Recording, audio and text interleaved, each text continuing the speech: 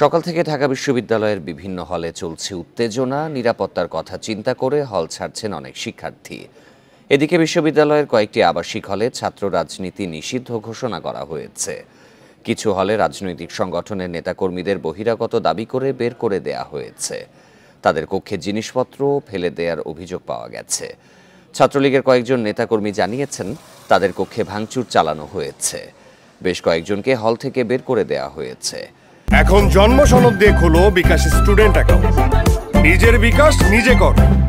সকাল থেকে সার্জেন্ট জহুরুল হক, হাজী মোহাম্মদ মহসিন, বঙ্গবন্ধু রোকেয়া, জিয়া, সূর্য সেন, জসিমউদ্দিন হল সহ ঢাকা বিশ্ববিদ্যালয়ের প্রায় সকল হল থেকেই দলীয় নেতাকর্মীদের বের করে দেওয়া হয়েছে বলে অভিযোগ করেছেন ছাত্রলীগ নেতারা। এদিকে ইউজিসির সিদ্ধান্তে বিশ্ববিদ্যালয় বন্ধের পর উপাচার্যের কার্যালয়ে চলছে জরুরি সিন্ডিকেট সভা।